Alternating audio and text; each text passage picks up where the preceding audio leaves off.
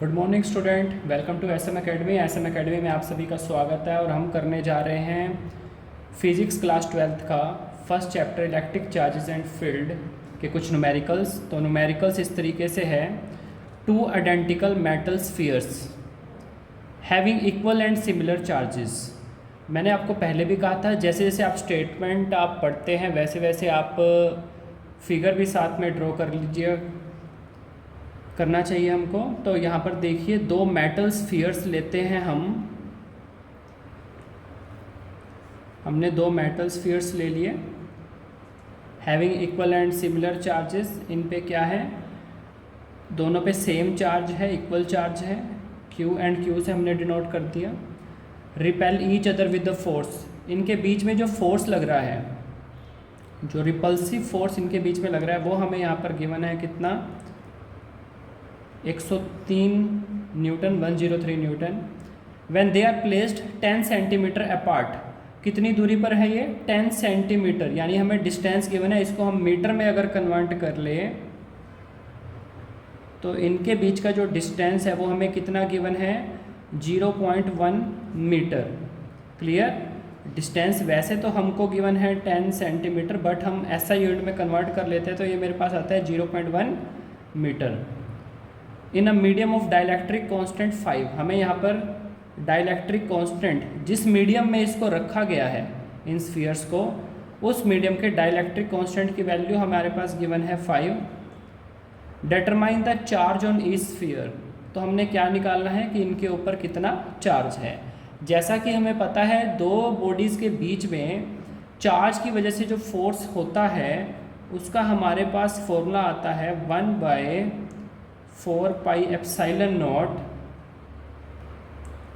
के dielectric constant हमें यहाँ पर, क्योंकि मीडियम जो है हमारे पास उसका डाइलेक्ट्रिक कांस्टेंट की वैल्यू हमें यहाँ पर गिवन है, तो वो हम यहाँ पे पुट कर देंगे Q1 Q2 by r square. तो यहाँ पे हमारे पास दोनों ही क्या है, सेम चार्ज है, तो Q into Q divide by r square. तो ये मेरे पास फॉर्मूला यहाँ पर बन जाता है 1/F=1/4 pi epsilon naught Q square by r square. Clear. तो यहाँ पे हम वैल्यूज़ रख देते हैं। F हमें गिवन है 103 न्यूटन, 1/4 पाई एप्सिलॉन नॉट की वैल्यू हमारे पास होती है 9 इंटू 10⁹ इंटू Q स्क्वायर हमको फाइंड आउट करना है।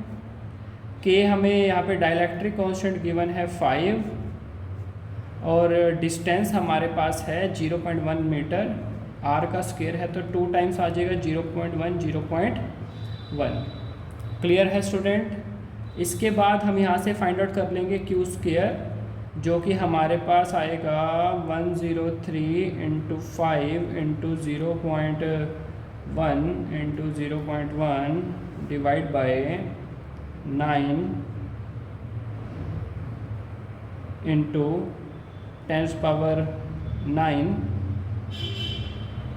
क्लियर है।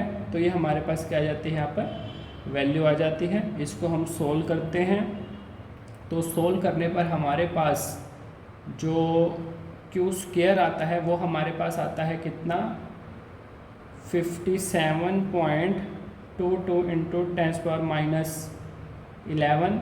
और अगर हम यहाँ से Q फाइंड आउट करें, इसका स्क्वायर रूट करें, तो हमारे पास वैल्यू आती है 23.9 इंटू 10⁻6। क्लियर है स्टूडेंट। तो ये हमारे पास इस तरीके से एक क्वेश्चन था। हमारे पास दो मेटल के स्फीयर हमें गिवन थे, जिनके ऊपर क्या था, जो इक्वल और सिमिलर चार्ज था, इन्होंने हमें बता रखा था, मतलब कि दोनों ही सेम चार्ज है। जब ये रिपल्शन कर रहे थे, ये कह रहे जब हम इसको प्लेस करवाते हैं 10 centimetre apart in a medium, किसी मीडियम में हमने इसको 10 सेंटीमीटर की दूरी पे रख दिया दो स्फीयर को, और वो जो मीडियम है उसकी डाइलेक्ट्रिक कांस्टेंट की वैल्यू हमारे पास 5 गिवन है, तो हमने दो स्फीयर्स के ऊपर चार्ज फाइंड आउट कर सकते हैं। स्टूडेंट जब भी क्वेश्चन करेंगे तो क्वेश्चन से ज़्यादा केस पे ध्यान देंगे कि दरअसल सिचुएशन क्या है, हम किस सिचुएशन में क्या क्या चीज़ों को फाइंड आउट कर सकते हैं। क्लियर है स्टूडेंट।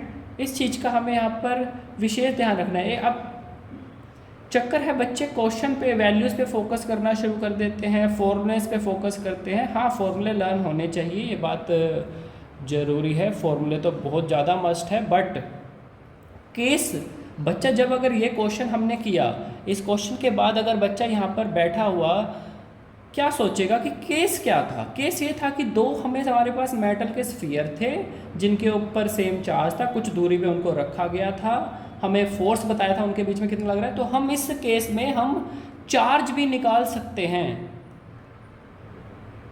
कि कितना चार्ज रहा होगा उन स्फीयर्स पर।